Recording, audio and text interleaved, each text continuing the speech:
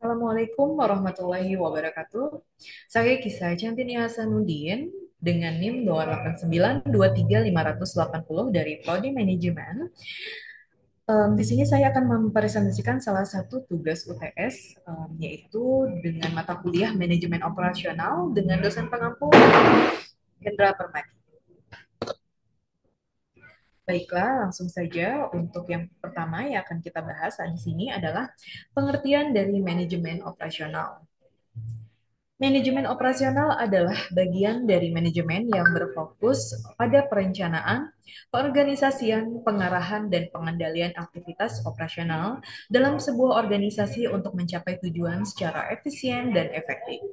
Tujuannya adalah memastikan kualitas dan efisiensi dalam proses produksi agar organisasi dapat meraih target jangka pendek maupun jangka panjang. Manajer operasi bertanggung jawab penuh terhadap jalannya manajemen operasional. Manajer operasi berkewajiban mengawasi dan mengelola proses operasional dimulai dari proses pengubahan sumber daya bahan baku, energi, dan tenaga kerja menjadi bentuk barang dan jasa atau dengan kata lain harus mampu mengelola proses pengubahan input menjadi output. Manajemen operasional adalah bagian dari manajemen yang berkaitan dengan pengawasan, perancangan, dan pengendalian kegiatan produksi. Yang akan kita bahas di sini adalah selanjutnya yaitu ciri-ciri manajemen operasional. Apa yang kalian tahu dari ciri-ciri manajemen operasional? Yang pertama, tentunya harus memiliki tujuan memproduksi barang dan jasa. Yang jelas dari setiap perusahaan atau maupun organisasi mempunyai visi dan misi yang jelas. Tujuannya agar memiliki kegiatan proses pengubahan, kemudian memiliki struktur kepengurusan yang mesti dibentuk dan dilaksanakan sesuai fungsinya masing-masing.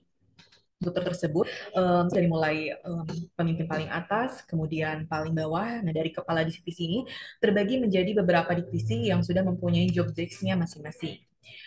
Melibatkan pemanfaatan sumber daya dari staf, bahan, peralatan, dan teknologi yang dimiliki oleh perusahaan. Kemudian bertanggung jawab atas semua aspek penciptaan barang dan jasa, memiliki bertujuan untuk meningkatkan income perusahaan yang pastinya dari semua organisasi maupun atau suatu perusahaan tujuannya itu meningkatkan income perusahaan atau memiliki koneksi jangkauan yang lebih luas. Selanjutnya, ada tujuan manajemen operasional. Manajemen ini bertujuan meningkatkan efisiensi perusahaan atau dikenal juga efisiensi, mempunyai tujuan meningkatkan produktivitas perusahaan atau dikenal juga dengan productivity. Bertujuan minimalisir biaya pengeluaran perusahaan untuk berbagai kegiatan, dikenal juga dengan istilah ekonomi. Memiliki tujuan peningkatan kualitas perusahaan atau dikenal juga dengan quality, mempunyai tujuan mengontrol waktu proses produksi seminimal mungkin, dikenal juga dengan reduce processing time.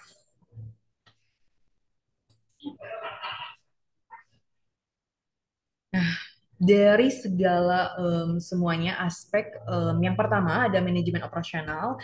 Yang pertama yang harus kita lakukan itu adalah mengatur strategi seperti operasi.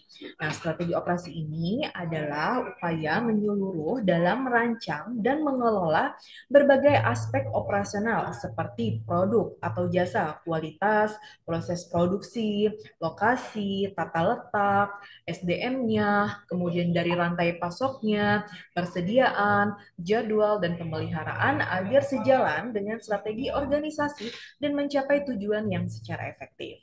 Kemudian dari visi strategi operasi menggambar cita-cita atau kondisi ideal yang ingin dicapai organisasi di masa depan. Misinya menjelaskan alasan keberadaan organisasi serta menjadi dasar arah dan fokus kegiatan perusahaan. Contohnya, perusahaan Gojek.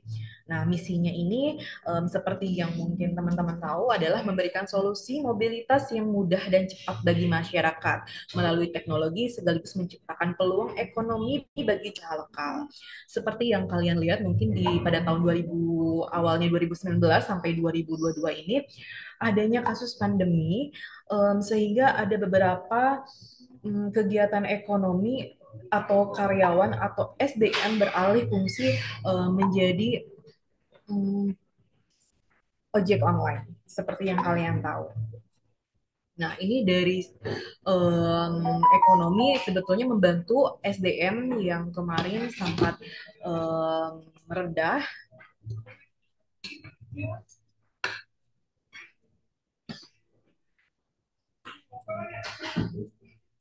Kemudian, yang akan selanjutnya akan kita bahas ini masih termasuk dari strategi.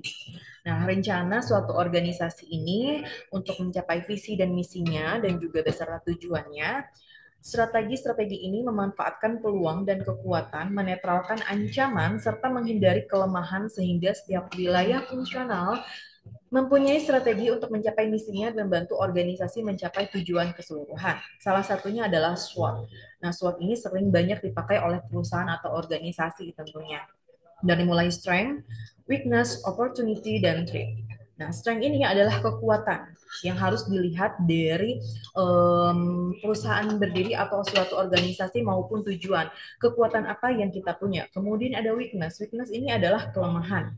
Kelemahan sehingga tapi tidak kita berfokus pada kelemahan yang kita punya. Kemudian ada opportunity, yaitu peluang, peluang yang harus dimanfaatkan, dan juga ada threat, yaitu adalah ancaman. Selanjutnya, mengidentifikasi misi dan misi adalah pernyataan yang merumuskan fungsi utama sebuah organisasi, yaitu bagaimana organisasi tersebut memenuhi kebutuhan masyarakat. Misi menjadi alasan keberadaan organisasi dan menggambarkan peran serta kontribusinya dalam masyarakat. Ringkasan sederhananya adalah misi, alasan keberadaan organisasi, kemudian fokus pada fungsi pelayanan dan kontribusi terhadap masyarakat. Contoh misi, ada UNICEF, memastikan setiap anak memiliki hak atas kesehatan, pendidikan, perlindungan, dan kesempatan untuk berkembang sepenuhnya. Kemudian ada juga yang salah satu kita tahu di sini di Indonesia ada Grab, memberdayakan masyarakat di Asia Tenggara dan menyediakan layanan transportasi, pengantaran makanan, dan pembayaran digital yang aman dan mudah.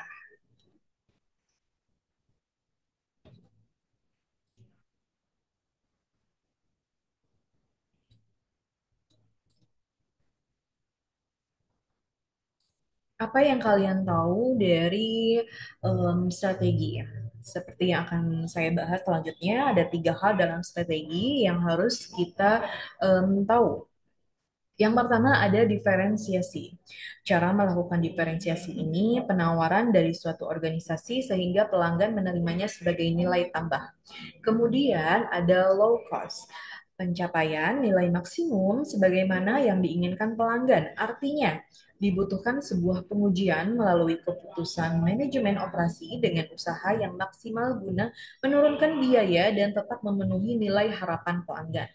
Kemudian ada quick response, seperangkat nilai yang terkait dengan hasil yang cepat, fleksibel, memenuhi perubahan yang terjadi di pasar baik rancangan maupun fluktuasi volume, penjualan, dan dapat diandalkan sebagai keseluruhan nilai yang terkait dengan pengembangan dan pengantaran barang yang tepat waktu dan berkinerja fleksibel.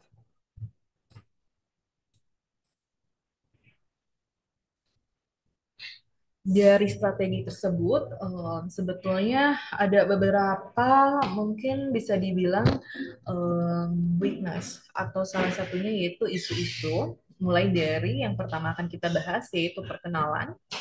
Yang pertama, fokus pada desain dan pengembangan produk. Kemudian, sering terjadi perubahan desain dan proses. Kemudian ada produksi masih pendek dan mahal, butuh tenaga kerja yang ahli, kapasitas lebih besar dari permintaan, kualitas menjadi perhatian utama. Kemudian pertumbuhannya, peramalan permintaan jadi sangat penting.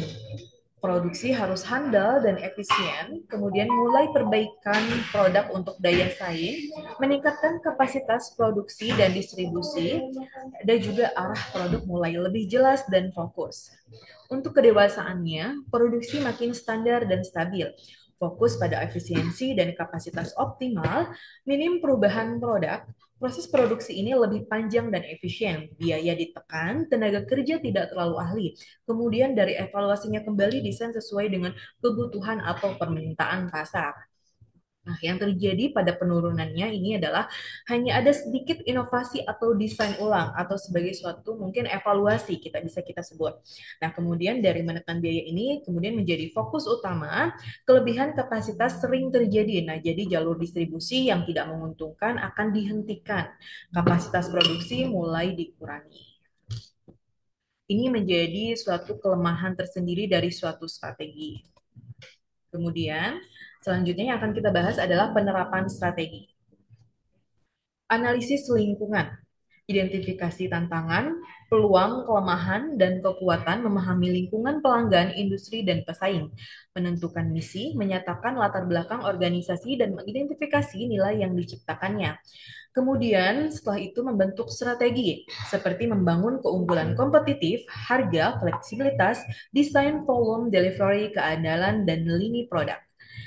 Dari penerapannya, strategi yang utama membentuk bidang fungsional. Yang pertama, ada pemasaran, kemudian ada keuangan, dan juga ada operasi atau produksi. Yang pertama yang akan kita bahas adalah mutu.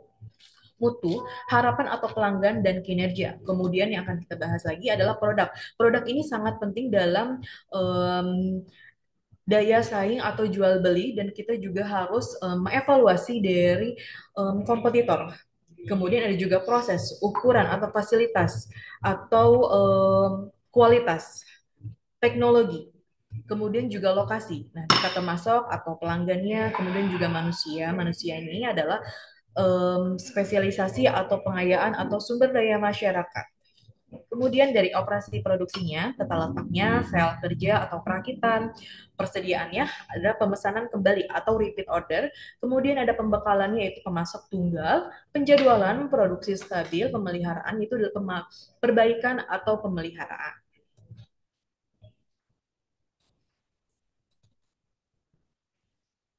Seperti yang terlihat, ada keputusan utama dalam suatu manajemen. Yang pertama, aspek operasional.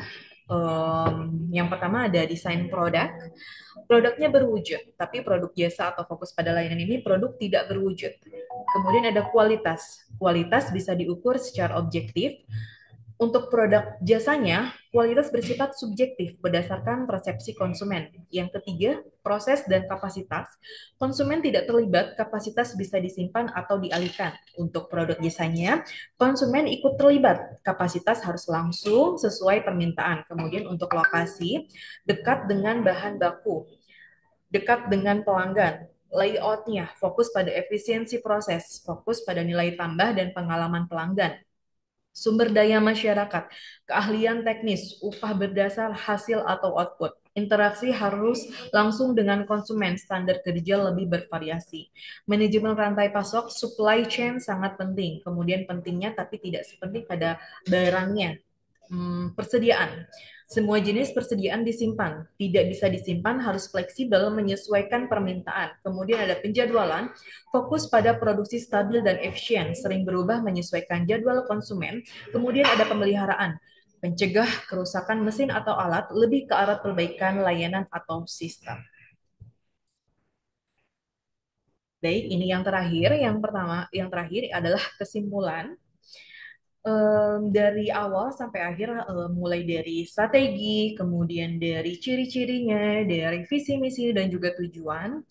Manajemen operasional merupakan bagian penting dalam menjalankan sebuah perusahaan karena berperan langsung dalam mengelola sumber daya seperti tenaga kerja, bahan baku, mesin, dan peralatan secara optimal. Tujuan utamanya adalah menghasilkan produk atau jasa berkualitas tinggi dengan proses dan efisien yang efektif. Dalam praktiknya, manajemen operasional bertanggung jawab memastikan seluruh kegiatan produksi berjalan lancar, sesuai rencana dan terus mengalami perbaikan. Selain itu, manajemen operasional juga berperan dalam pengendalian biaya agar perusahaan dapat menggunakan sumber dayanya sehemat mungkin, namun tetap produktif.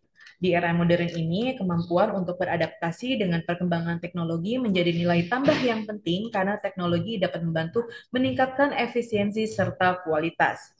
Yang tak kalah penting dari manajemen operasional adalah harus selalu berorientasi pada kepuasan pelanggan, memastikan bahwa produk atau jasa yang dihasilkan harus benar-benar sesuai dengan kebutuhan dan harapan pasar.